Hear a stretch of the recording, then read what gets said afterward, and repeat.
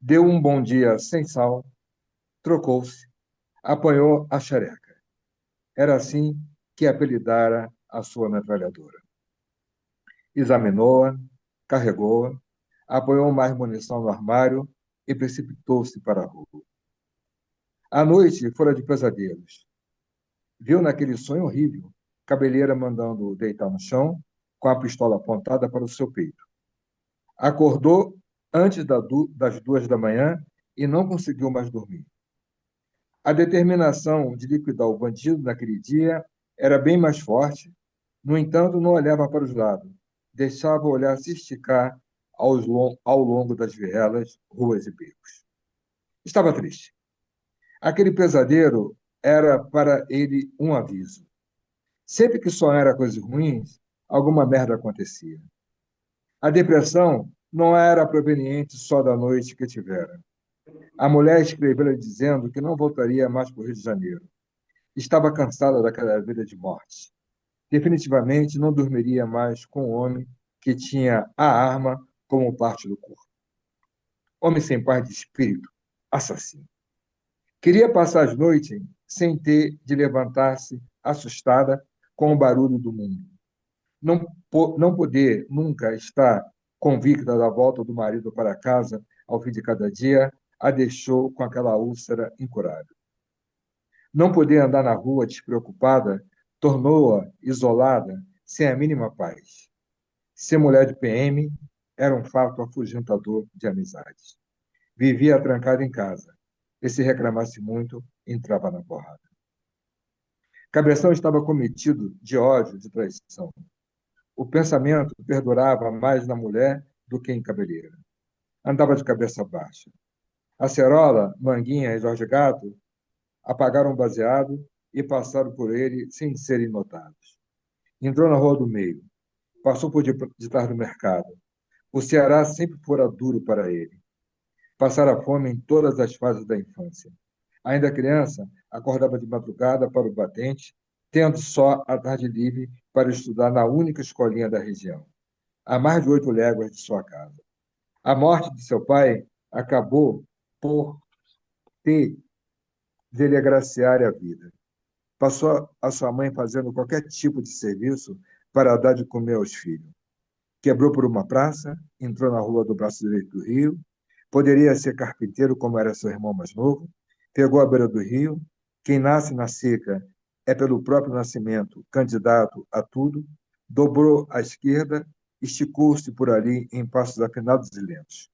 No fundo, não gostava de ser policial. Todos temiam, quando não sentiu ódio. Acendeu o cigarro, mas policial era bem melhor do que ficar aturando biriteiro atrás do balcão de bar. Sabia disso por experiência própria, adquirida num bar no centro da cidade, onde trabalhara antes de entrar na polícia. Andava pelo meio da rua, coisa que nunca fazia. Lembrou das vezes em que foi obrigado a catar restos de comida no lixo. Logo assim que chegou ao Rio. Quebrou por uma viela onde alguns rapazes queimavam maconha na esquina. Deu voz de prisão inútil. Apenas provocou correria. Não estava com disposição para correr atrás de ninguém. Só entraria em ação se Cabeleira aparecesse à sua frente. O filho morreu de tuberculose. Parou numa tendinha e pediu um traçado. Saiu sem pagar. Aquele tenente que colocou na polícia militar sempre lhe pedia favores. Matar esse ou aquele. Um dia eu mandaria para os quintos dos infernos. Atravessou outra praça. A mulher o traiu. Outra tendinha. Entornou mais um traçado. A maior cicatriz do seu corpo fora feita pelo padrasto que lhe roubou a mãe e o fez sair da escola para poder ficar no batente o dia todo. Mais uma tendinha. Bebeu outro traçado. A seca no sertão cearense descoloriu os mais profundos desejos de sua vida jovem em pleno voo. Passou pelo Bofi. Casou no civil no religioso. Pensou em voltar para casa. A mãe morreu de picada de cobra. Espirrou. Tinha mais de 30 crimes nas costas, mas a maioria eram de crioulos. O catarro desceu. Queria que a mulher voltasse. Limpou a língua. Comeu um chouriço. O pai batia na mãe. Seguiu pela rua do meio. O padrasto também. Um dia pegaria um bicho solto com mais de 10 milhões roubados. Tomaria boa e perderia baixa. Chegou aos duplex. Se estivesse mudado, a mulher não teria abandonado. Entrou na última estreagem. Nunca pagarei aluguel. Alguns bandidos correram. Atirou para matar. Teve puta na zona. Orgulhava de ter sustentado a família tendo o pênis como instrumento de trabalho. Caiu para a rua da beira do rio. Acendeu um cigarro. Seu tio fora policial no Ceará. Sua família foi toda de cabra macho. Mataria a cabeleira com mais de 50 tiros. O sol esquentava. Dobrou a primeira esquerda. Nunca teve medo de homem nenhum.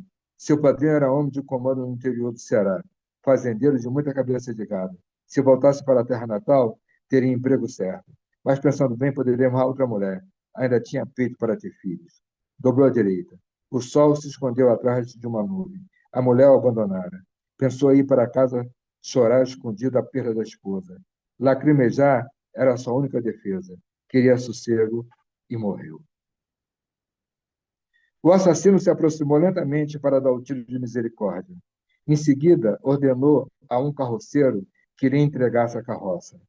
O corpo de Cabeção foi jogado no transporte sem delicadeza. O matador deu um tiro para espantar o cavalo, que saiu disparada pela rua do conjunto. Depois trotava, deixando rastro de sangue pelas retas da tarde que se deflagraram. Os moradores seguiam a carroça, amontoavam para ver o cadáver. O corpo de Cabeção era uma bica aberta para sempre. O cavalo, volta e meia, parava, porém sempre havia um para açoitá-lo, dando continuidade ao espetáculo. O cortejo pegou a rua do meio. Alguns bandidos atiraram no defunto. O sangue jorrou mais forte, fazendo cair mais rápido e tornando mais rubro o crepúsculo de outubro. Monday dawned with a hot sun in the sky. Boss of us all arrived at the police station earlier than usual. He greeted everyone half-heartedly, changed into uniform, got the snatch, as he called his machine gun, examined it, loaded it, got more ammunition from the cupboard and hurried into the streets. He'd had nightmares all night long. In his dreams, he'd seen Hellraiser ordering him to the ground while holding a gun to his chest. He'd woken up before 2 a.m. and had been unable to get back to sleep. His determination to eliminate the gangster that day was much stronger, but he didn't look about. He allowed his gaze to stretch out along the alleys, streets, and lanes. He was sad. The nightmare had been a warning. Whenever he dreamed bad things, something shitty happened. His depression was not only due to his bad night. His wife had written to him saying she wasn't coming back to Rio de Janeiro. She was tired of that life of deaths. She refused to sleep any longer beside a man whose weapon was an extension of his body, a man without peace of mind, a murderer. She didn't want to wake up every night startled by the sounds of the world. That incurable ulcer had been caused by the fact that she could never be sure whether her husband would arrive home at the end of each day. Not being able to walk down the street without a worry had left her isolated without any peace of mind. Being a policeman's wife made it hard to make friends. She spent her life locked away at home. And if she complained too much, she got a beating. Boss of us all was wrought with anger at her betrayal. His thoughts dwelt more on his wife than on Hellraiser. He walked along with his head down. Acerola, Mango, and Green Eyes put out a joint and passed by him unnoticed. He turned into Middle Street and went behind the supermarket. Life in his home state of Ceará had always been hard. He'd gone hungry throughout his childhood. When he was still a child, he'd wake up before dawn to work and only had afternoons free to study at the one school in the region, more than 24 miles from home. His father's death put the seal on his miserable life. He saw his mother have to start doing any work she could find to feed her children. He cut across a square and turned down the street that followed the right branch of the river. He might have been a carpenter like his youngest brother. He reached the river's edge. Those born in the drought country don't choose their profession by virtue of their place of birth. He turned left and walked along with slow, steady steps. Deep down, he didn't like being a policeman. Everyone feared him, and when they didn't fear him, they hated him. He lit a cigarette. But being a policeman was much better than dealing with drunks in a bar. He knew this from personal experience, as he'd worked in a bar in the city centre before joining the police force. He walked down the middle of the street, something he never did. He remembered the times he'd had to rummage for leftover food when he'd just arrived in Rio. He turned into an alley where a few kids were smoking a joint on the corner.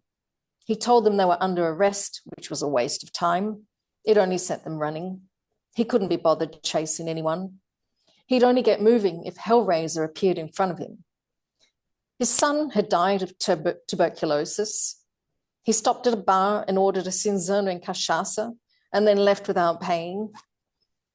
The lieutenant who'd got him into the military police force was always asking for favors for him to kill someone or other. One day he'd blast his head off. He crossed another square. His wife had betrayed him. Another bar. He knocked back another cinzano and cachaça. The biggest scar on his body had been made by his stepfather, who stole his mother from him and made him leave school so he could work the whole day. Another bar where he drank another cinzano and cachaça. The drought in the Ceará backlands had bleached the colour out of his deepest dreams in the full bloom of his youth. He passed the bon fin. He'd been married in the registry office as well as the church. He thought about going home. His mother had died of a snake bite. He sneezed. He killed more than 30 people, but most of them had been niggers. He coughed up phlegm. He wanted his wife to come back. He spat. He ate sausages. His father used to beat his mother. He continued down Middle Street. His stepfather had beaten her too. One day he'd catch a gangster with more than 10 million in stolen money, take the jackpot and ask for a discharge. He'd arrived at the 2-story houses. If he'd moved, his wife wouldn't have left him. He walked through the new short-stay houses. He'd never pay rent. A few gangsters took off running. He fired to kill. He'd had whores in the red light district. He took the road along the river's edge and lit a cigarette. His uncle had been a policeman in Ceará. All the men in his family were tough as hell. He'd kill Hellraiser with more than 50 bullets. The sun was getting hot. He took the first left. He'd never been afraid of any man. His godfather was an important man in the Ceará backlands, a farmer with many heads of cattle. If he went home, he'd be guaranteed a job. But come to think of it, he could find himself another wife, and he still had it in him to have kids. He turned right. The sun hid itself behind a cloud. His wife had left him. He thought about going home where no one could see him to cry about the loss of his wife. Tears welling up in his eyes were his only defense. He wanted peace and quiet, and then he died. His murderer walked over slowly and fired a shot to put him out of his misery. He then ordered a cart driver to hand over his cart. Boss of us all's body was thrown roughly into the back. The killer fired a shot to frighten the horse, which galloped off through the streets of the estate, then slowed to a trot, trailing blood through the stretches of the afternoon that had just caught fire. The residents followed the cart, thronging to see the corpse. Boss of us all's body was an endlessly gushing fountain. The horse kept stopping, but there was always someone to thump its hindquarters, making the spectacle continue. The procession turned into Main Street. A few gangsters shot at his body and blood spurted out, hastening the October dusk and turning it ruby red.